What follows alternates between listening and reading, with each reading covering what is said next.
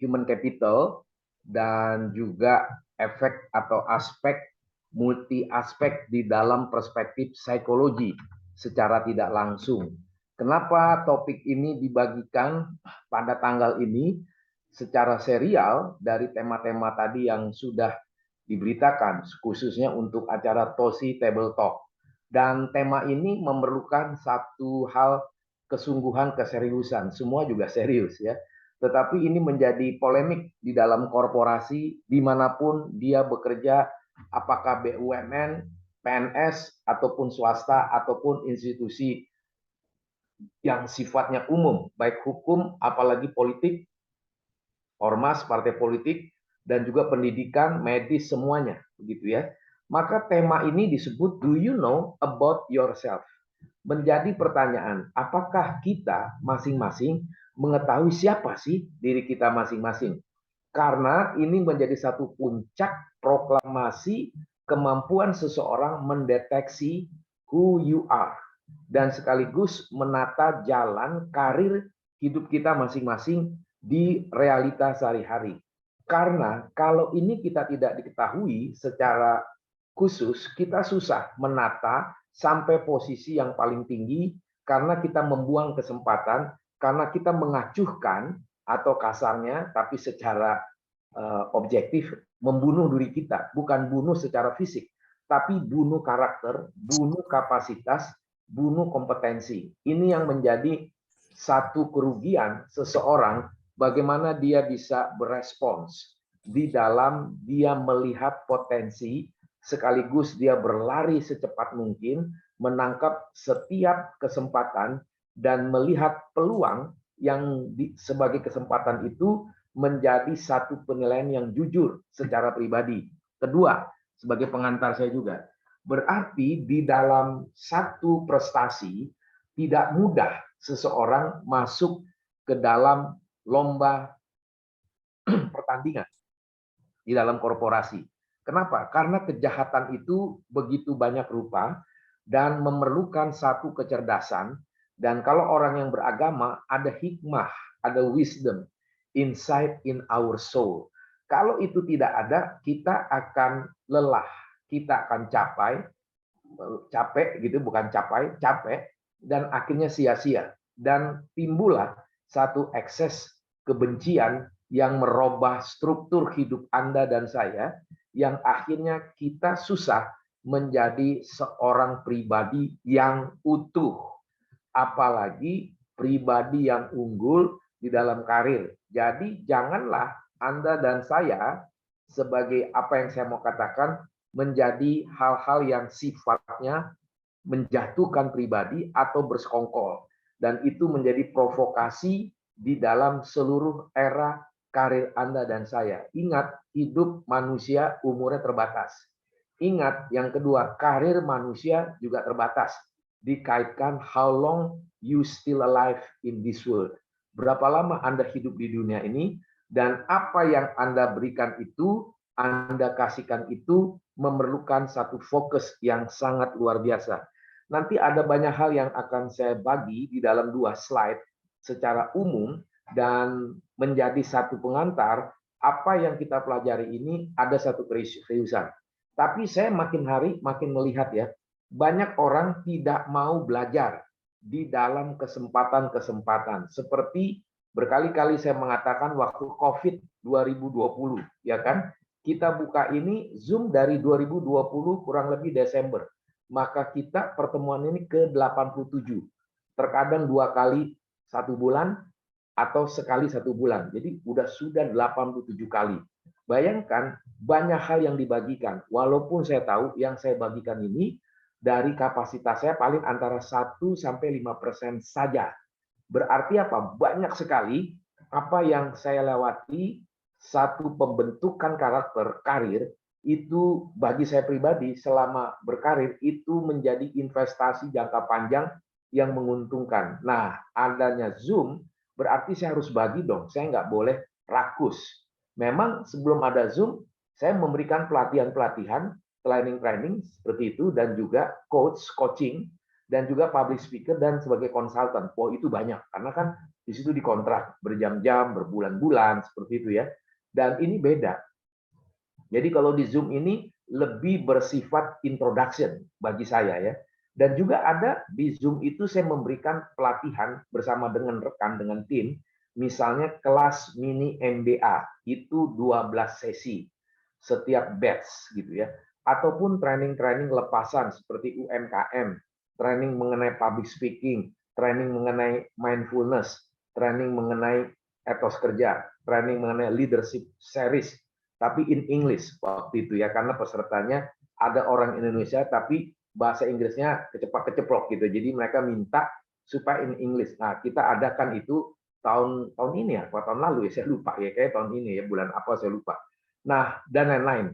Itu menjadi satu stimulasi saya pribadi sebagai seorang mantan profesional menjadi prestasi di tempat yang berbeda dan menjadi konsultan. Saya tidak boleh rakus. Saya tidak boleh pelit, saya harus bagi, buka pintu. Tetapi, ini tetapinya, ternyata tidak semua orang juga segampang itu mau. Dan bagi saya katakan kepada rekan saya, ini bukan kerugian saya. Someday you will know. If you have a big problem, definitely you always miss me. Pasti Anda kangen sama saya untuk belajar segala sesuatu. Walaupun akhirnya terlambat sudah, misalnya gitu kan. Kenapa? Karena Anda sudah hilang semangat. Kenapa? Karena Anda tidak terbiasa mencari tahu, yang memberikan tahu, yang menjadi sumber tahu, yang memberikan satu booster supaya Anda itu maju sebagai seorang karakter dari pribadi yang tangguh berjuang di ruang korporasi Anda masing-masing. Nah, jadi kita bisa lihat semua ini hidup Anda dan saya itu diuji oleh ruang dan waktu. Artinya apa? Di dalam ruang Anda berpindah dari satu korporasi ke korporasi yang lain, atau mungkin juga di situ yang disebut loyalitas. Bagi saya itu bukan loyal. Loyalitas itu bukan tergantung berapa lama Anda di satu perusahaan itu, tetapi berapa prestasi KPI, Key Performance Indicator, kinerjanya, dan berapa banyak terobosan yang fresh, dan Anda selalu memberikan proposal yang bersifat out of the box. Kalau saya sekarang tidak lagi out of the box, without the box. Artinya melihat seluruh hal yang tidak dilihat oleh orang lain. Dan itu menjadi arsitektur strategi setiap pribadi masing-masing. But anyway, itu nanti tema-tema selanjutnya. Nah, jadi teman-teman, dari kalimat do you know about yourself? Ini satu pertanyaan jujur yang Anda dan saya menjawab sendiri.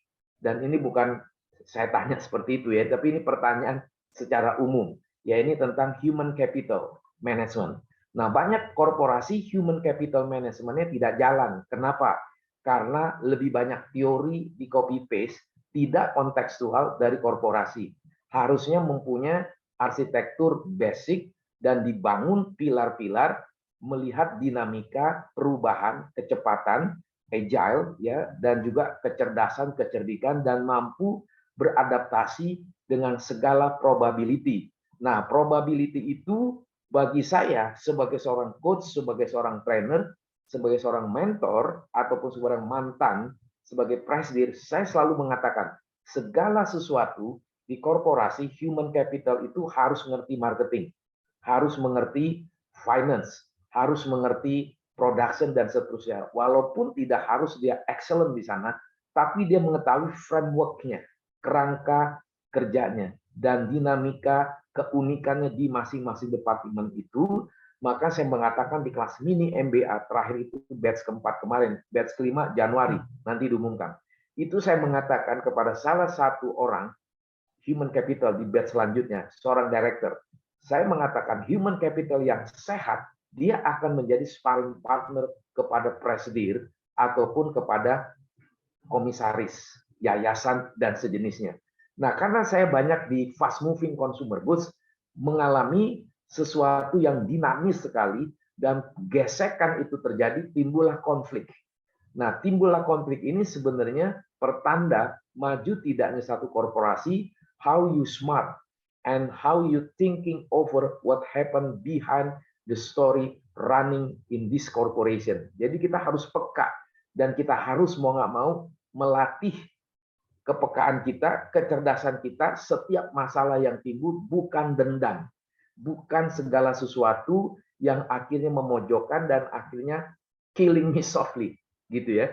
Tetapi kita ada kekayaan, perspektif, pemahaman, sehingga akhirnya kita bisa mengejar terus segala sesuatu yang serba ketinggalan. Nah, teman-teman, rekan-rekan, dari apa yang saya katakan ini sebagai introduction untuk kita masuk ke slide pertama sebentar ini. Ya. Nah, saya akan masuk dulu ini menjadi satu pembelajaran yang menyehatkan Anda dan saya, gitu ya. Maksudnya apa? Supaya kita ada satu kemungkinan kita berubah.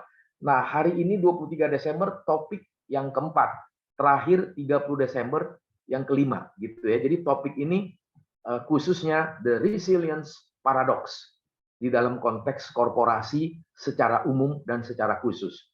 Nah, lalu ini yang untuk Kristen heart to heart ini juga 5 topik, ya. 5 topik.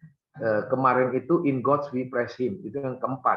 Yang kelima itu 29 Desember. Berarti teman-teman bisa lihat saya sudah 10 topik, belum lagi yang Christmas festive. Ini juga 1, 2, 3, 4, 5, mungkin 6, udah 16 topik. Jadi besok jam 10 pagi sampai setengah 12 siang, don't forget to remember.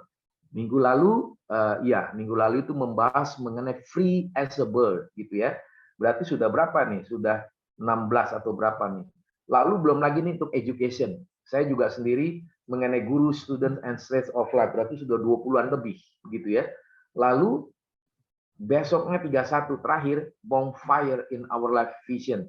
Jadi banyak sekali yang diberikan dalam 1 bulan ini, seluruh sudut tema yang berbeda. Nah, ini dia ya. Do you know about yourself? If I ask, do you know about yourself?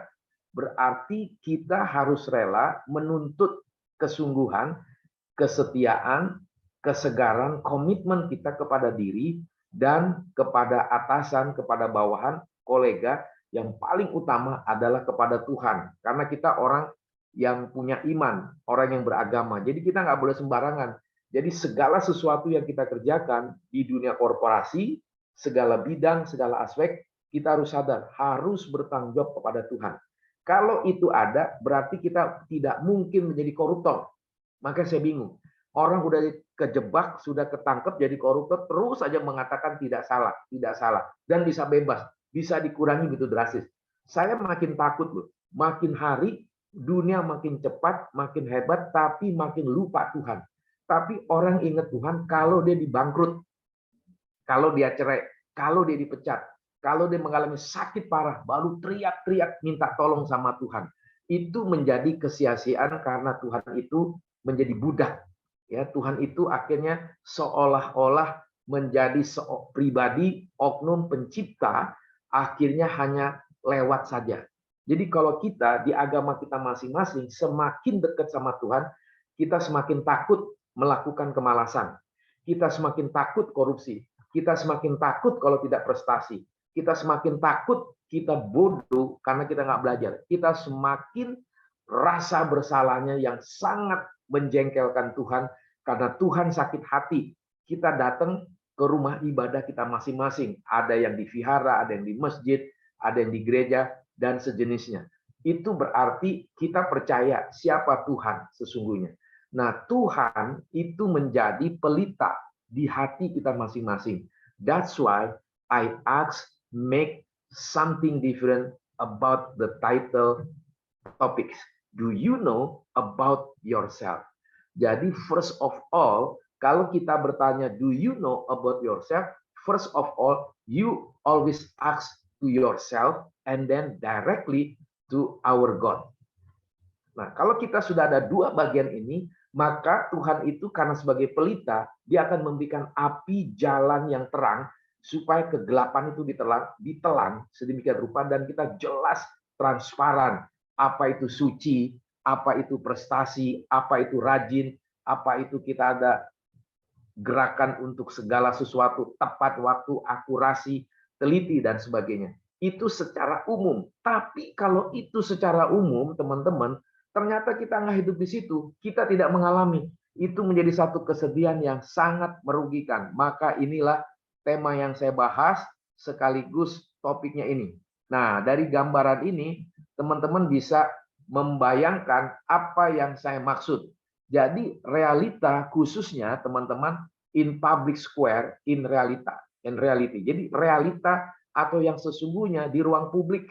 Ruang publik itu maksudnya kantor kita masing-masing. Mau pasar, mau warteg, mau PT, mau apalah semua. Itu namanya public square in reality. Nah, tetapi seperti awal saya katakan, ini point of view saya adalah king of influencer. Ya. Jadi yang pertama, itu pertanyaan adalah where am I? Saya ada di mana?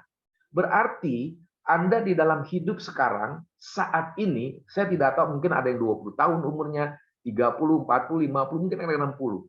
Di mana Anda selama ini? Di dalam satu perjalanan hidup Anda. Itu yang disebut stage of life. Nah, di dalam where am I, pertanyaan yang kedua, who am I? Siapa saya?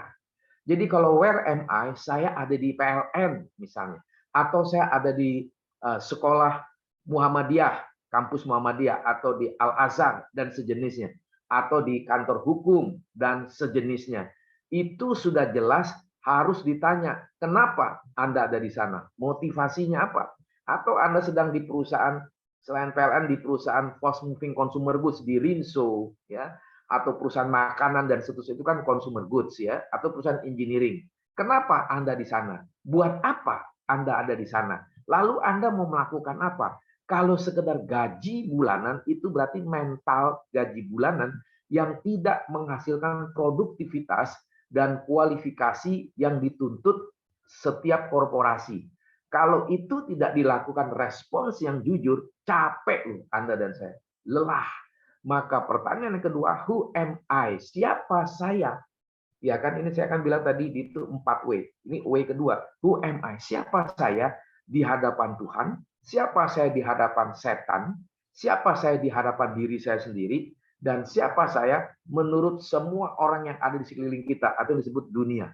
Jadi who am I mengandung satu komposisi yang ada notasi yang seimbang dan ada kekuatan beat, yang beat maksudnya gerakan dari satu musik, harmoninya seperti apa. Kalau itu tidak jelas, teman-teman, who am I tidak akan menjadi bagian yang sangat dimengerti oleh setiap pribadi. Maka ketiga, semua kalau where am I salah, who am I salah, yang ketiga adalah what's wrong. Kenapa saya berbuat salah? Anda dan saya harus melihat where am I-nya. Jangan-jangan salah masuk kantor tapi diterima, mungkin disogok, mungkin kita ada kata belece, ada apa itu kasih referensi dari teman, tapi waktu dites oleh human capital ternyata itu juga tidak sungguh-sungguh di interview dan lain sebagainya lah, segala mungkin kemungkinan. Itu harus diteliti ke atas. Lalu siapa saya? Who am I? Nah, dari situ baru ketiga mengerti deteksi apa yang menjadi kesalahan saya. What's wrong? Saya tidak bisa menjual, misalnya contoh ya, atau public speaking saya jelek, atau yang ketiga laporan-laporan yang sudah diminta sama bos dan deadline yang diminta sama bos nggak tepat waktu, nggak akurat, dan selalu memberikan kesalahan. Apalagi seperti orang accounting, minus terus begitu ya, atau orang pabrik selalu barangnya terlambat, line 1, line 2, line 3 akhirnya tidak bisa menemukan satu akurasi dan ketepatan hasil produksi. Ini misal begitu ya. Lalu yang keempat, what's remedy? Apa yang harus kita berikan solusi yang terbaik dari setelah kita mengalami where am I, who am I, what's wrong, what's remedy, baru kita segar, kita mengetahui ada hal-hal yang tidak beres. Maka where am I, who am I, what's wrong, what's remedy. Jadi where am I itu kaitannya dengan karir. Iya dong, karir dong. Bagaimana karir Anda secara pribadi? Mandek, turun, demosi, atau Anda dipromosi, atau Anda dipindahkan ke luar negeri, dipindahkan ke daerah, kepala cabang, atau Anda suruh memimpin departemen yang baru. Itu harus dilihat. Maka di situ saya mengatakan stage of life. Jadi where am I? Karirnya Anda ada umur berapa? Bayangkan kalau umur 40 belum menjadi direktur, atau belum menjadi minimum general manager, kita gagal karirnya. Bukannya sombong. 31 saya jadi general manager, ditempatkan di luar negeri. Saya hebat? Tidak. Saya belajar kepada orang hebat, dan saya coba perluas, dan saya banyak bertanya, dan saya melihat semua hal yang dikerjakan itu, apa yang menjadi ciri keunggulannya. Lalu waktu saya diminta menjadi general manager umur yang masih sangat muda di luar negeri, saya terus mempelajari di atas pesawat terbang, saya terus mencoba menganalisa, saya terus mengingat-ingat kenapa orang ini punya keunikan dan hebat. Berarti saya tidak mungkin sama dia. Mungkin IQ-nya lebih rendah, mungkin sama, mungkin lebih tinggi. Itu tidak persoalan. Bagaimana kita, kompetensi kita, kemampuan kita tuh harus di-booster, ya kan? Harus diperluas, dan harus mau mencari tahu segala sesuatu itu harus ada perkembangan yang signifikan. Itu namanya where am I kaitan dengan karir. Lalu yang kedua, who am I kaitan dengan personalitas. Bagaimana personalitas Anda? Ya kan? Maka itu seperti awal saya katakan ada stage of life. Jadi stage of life ini akan menunjukkan umur berapa Anda.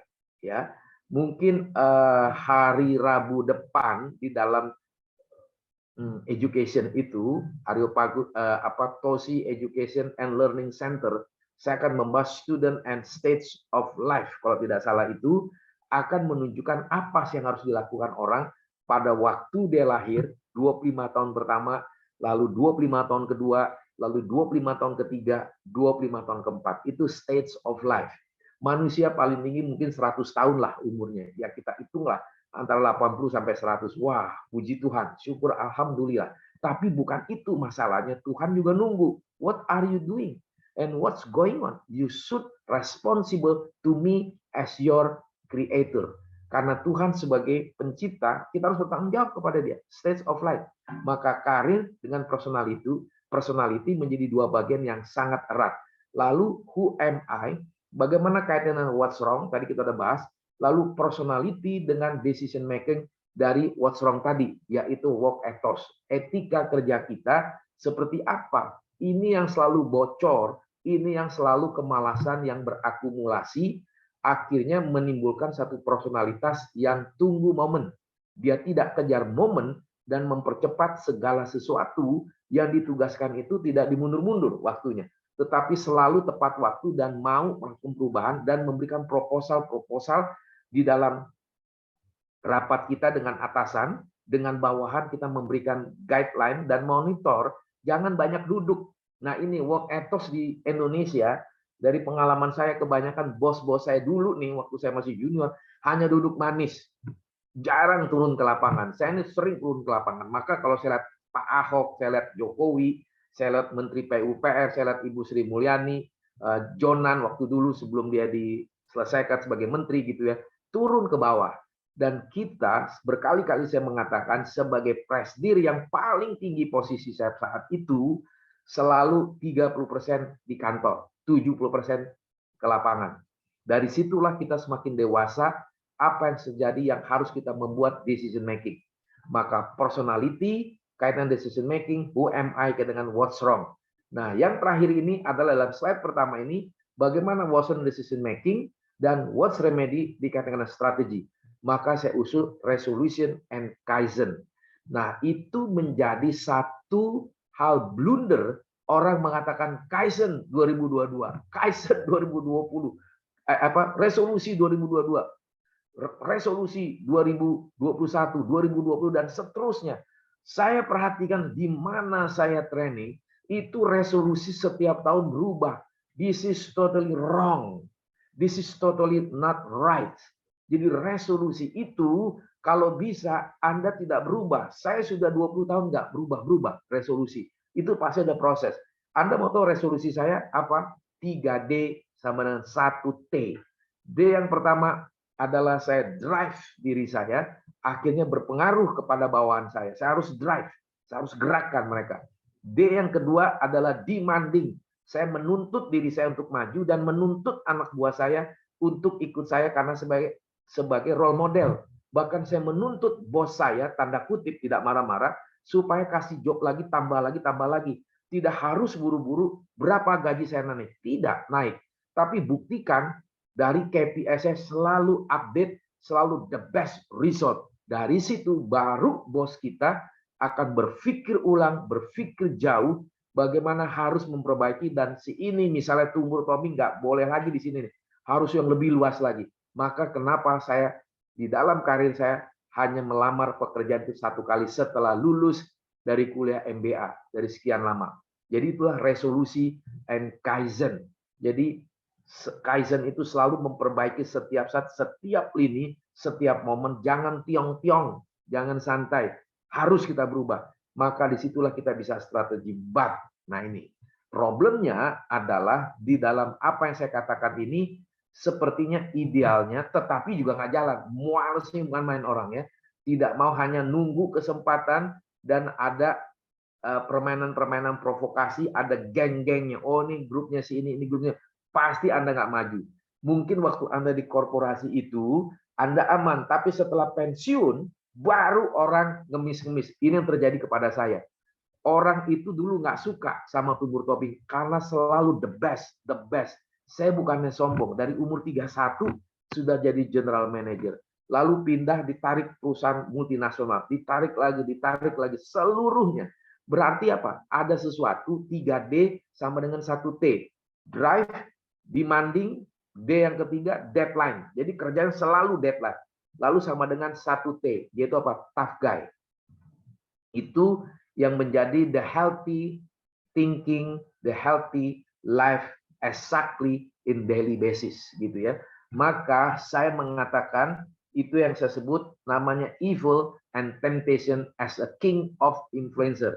Jadi kejahatan dan godaan itu menjadi satu kerajaan yang mempengaruhi kita. Jadi setan, kejahatan dan godaan itu adalah seperti dia YouTuber, ya kan? Jadi YouTuber dia bisa pengaruhi kemana-mana. YouTuber siapapun yang paling hebat di bawah kolong langit ini belum ada yang mengalahkan Lucifer, setan yang jahat itu.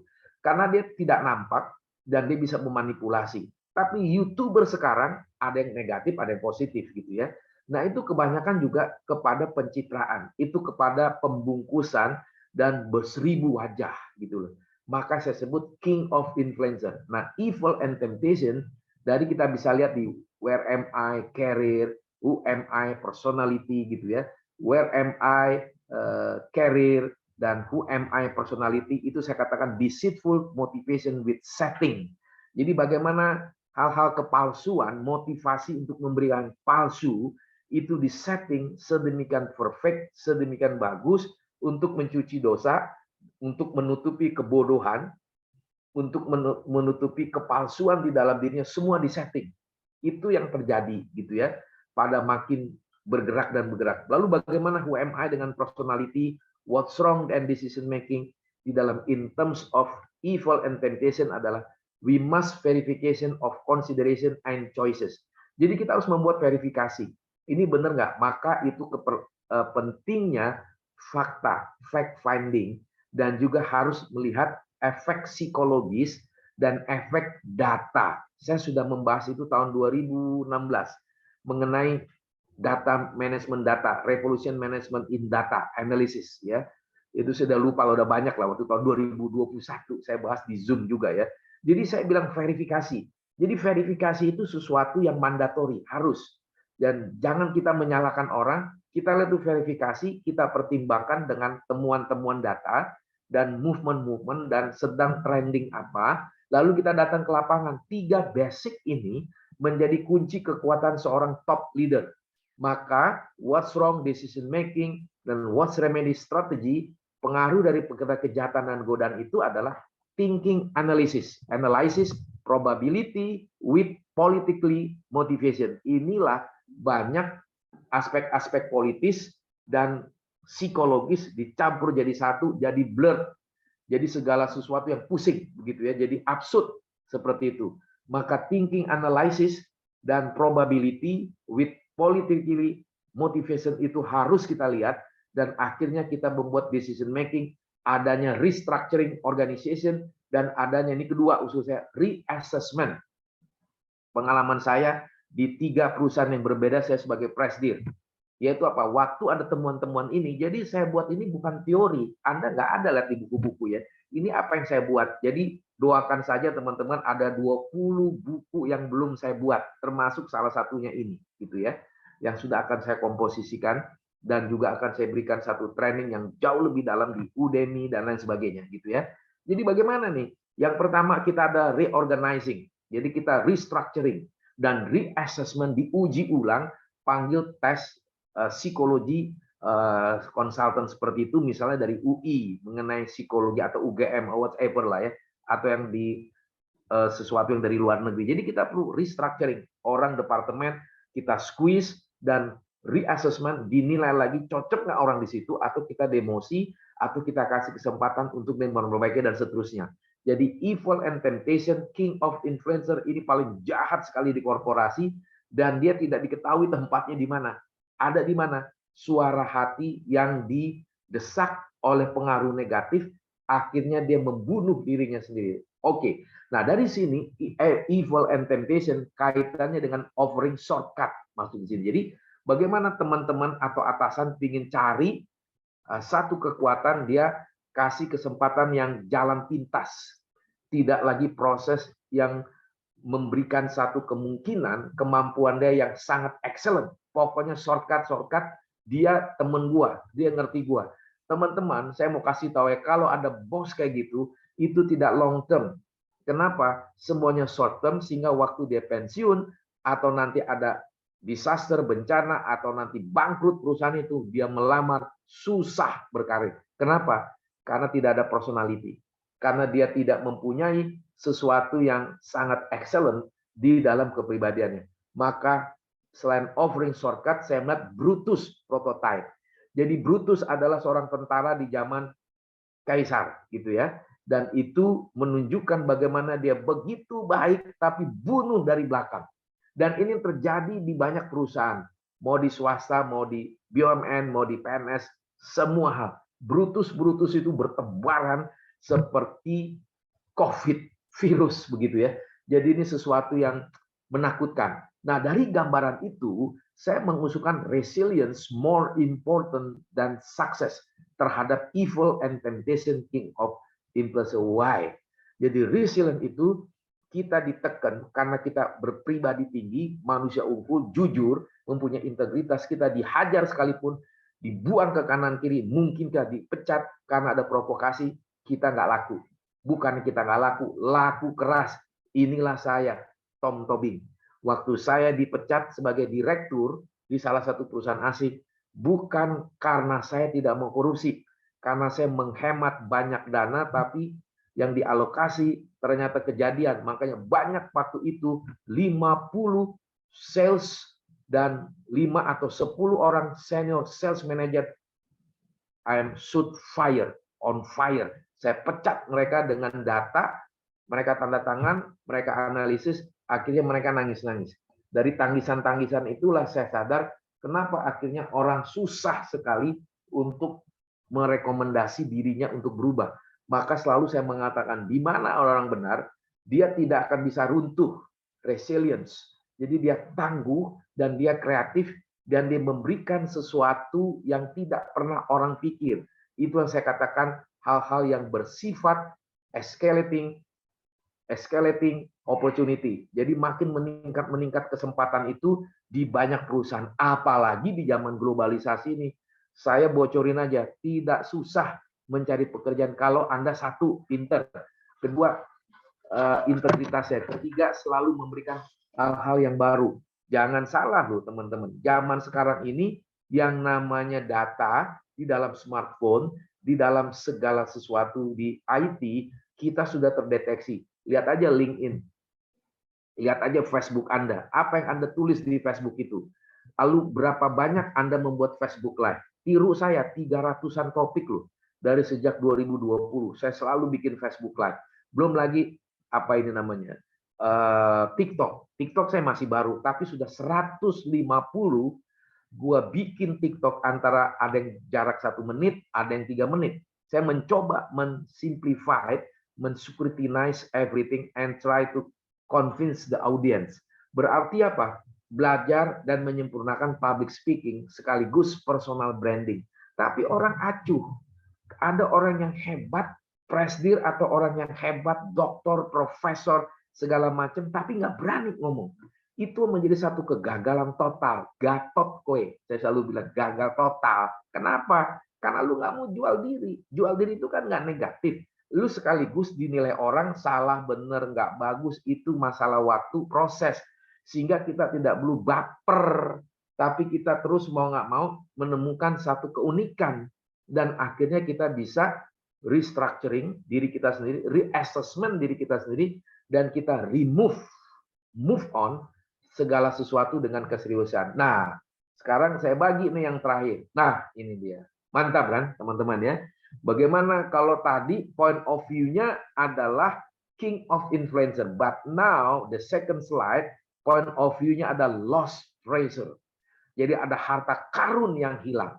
Harta karun yang hilang adalah bukti kita membunuh diri kita sendiri dan kita buang kesempatan dan kita anggap hebat, nggak perlu belajar.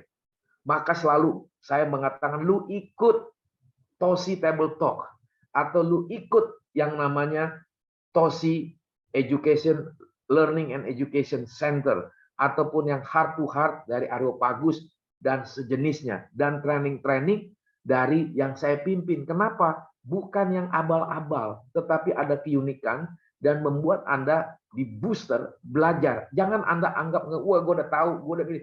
I tell you, I'm the senior one. Saya cukup senior, cukup matang di 6 perusahaan berbeda. Anda, saya melihat banyak perbedaan-perbedaan dan akhirnya secara umum ya, orang Indonesia itu tidak mau bersaing. Kenapa? Ilmunya cetek. Salah satu ilmu cetek dilihat how many books you read. Karena buku yang kita beli, kita pelajari, kita dapat ilmu dan kita terbiasa melihat point of view seperti nanya kayak point of view. Ya kan? Lalu berapa gudang otak Anda penuh dengan pengetahuan dan pemahaman yang selalu kontekstual, kekinian. Dan Anda dan saya akan terbiasa menganalisa dan melihat seluruhnya itu dengan wider horizons. Dan akhirnya Anda ada kepuasan. Nah, lost treasure itu ada 4. Yang pertama adalah business leader deal with uncertainty and disruption all the time. Maksudnya apa? Seorang pemimpin bisnis itu mau nggak mau berhadapan dengan ketidakpastian dan ada disruption, sesuatu yang baru yang tidak terpikirkan, menerobos dan mahal value-nya. Itu setiap saat di zaman sekarang. Maka Anda yang baru, mungkin belum manajer, supervisor, ataupun yang sudah manajer, ataupun yang GM, ataupun directors, I tell you, don't make everything is lost. Anda buang serius. Karena ini namanya ketidakpastian dan disruption itu every minute all over the world. You check, you buka di apa namanya di YouTube itu terlihat semua. Apalagi kalau seperti Anda seperti saya pasti adalah lihat CNN, lihat Europe business ya, Europe ya seperti itu, dan juga CGTN atau yang disebut apa itu namanya yang ada di China ya. Jadi segala sesuatu itu kalau Anda lihat CGTN apa yang terjadi di Tiongkok, Anda pasti termahu-mahu dan akhirnya sedih juga. Wah, ini kalau kayak begini negara kita seperti apa dan seterusnya. Jadi ada perubahan. Yang kedua adalah life stories event. Jadi hidup Anda secara pribadi di dalam ruang publik, di dalam karir, di dalam bergaul, di dalam rumah tangga, di dalam pergaulan, apa yang menjadi event Anda sehari-hari dan menjadi secara runut per tahun. Makanya gua tuh nggak percaya yang namanya resolusi 2022, 2023. Kalau resolusi berubah terus itu bukan resolusi, trial and error. Tapi kalau itu sudah sekian lama berubah terus, akhirnya Anda tidak menjadi seorang personality yang baik, yang mempunyai satu hal yang sangat bijaksana. Karena kalau selalu berubah resolusi, Anda sia-sia menata hidup Anda. Karena tergantung keadaan. Ketiga, how can leaders deal with crisis and disruption? Kalau yang di atas, business leader deal with uncertainty, ketidakpastian, and disruption all the time, setiap saat. Tapi yang ketiga, how can leaders deal with crisis and disruption? Jadi seorang pemimpin bagaimana dia menata dan bagaimana dia bisa berdiskusi, melihat negosiasi perubahan waktu, temuan-temuan, inovasi segala macam di dalam satu krisis Dan Beach Ration itu bagaimana menata ulangnya, bagaimana dia membuat assessment-nya, bagaimana dia mencari tahunya. Berarti dia perlu meneliti, berarti ada komparasi advantage behind the life story event you study or you work in your corporation. Yang keempat, unprecedented, ini salah ketik ya, test for leaders, yaitu apa? Sensitive, urgencies, and dynamic leader. Bagaimana segala sesuatu yang kita menghadapi satu ujian di korporasi yang tidak pernah kita bayangkan sebelumnya. Maka kita perlu seorang pemimpin sensitif, bukan sensitif baper gitu ya, tapi sensitif terhadap perubahan, sensitif kalau kemungkinan resiko yang besar, yang menengah ataupun yang rendah itu harus diukur dengan data, maka data harus lengkap. Mengerti data, jangan data tuh berlembar-lembar nggak bisa dibaca, itu berarti tidak ada gunanya. Karena setiap data itu harus dianalisa, ditemukan probability-nya, dan kita bisa melihat sensitivitas itu, kita makin bisa sadar di mana daya gejolak kita, urgensi itu seperti apa. Ini penting, ini harus berjalan, ini tidak boleh ditunda. Nah, itu namanya hal-hal yang saya sebut dynamic leaders. Berarti leader itu harus orang yang dinamis, tidak pasif. Dia tidak reaktif, tetapi proaktif. Jadi waktu segala sesuatu sebelum terjadi, mata dia tajam, melihat seluruh kemungkinan, dan dia ada komparasi, ada terms of reference-nya, datanya, buku yang dibaca, berita yang ada di televisi, luar negeri, lokal, baca koran Kompas. Makanya saya tuh kalau nggak baca Kompas kayaknya lapar. Karena dari sejak umur 8 tahun saya udah baca Kompas. Dipaksa oleh papa saya. Kesel dulu, tapi lama-lama emang bener. Maka kenapa sejak saya di SD selalu bertanya, sampai saya dapat S3, nggak pernah nggak bertanya. Bacaannya banyak, berpikir, dianalisa. Dari bacaan, dengar musik pun juga gue analisa. Kenapa lagu ini bagus? Seperti minggu lalu saya menjelaskan apa namanya tuh lagunya terakhir dari The Beatles, ya kan, mengenai bird, free as a bird, bebas seperti burung. Liriknya seperti apa?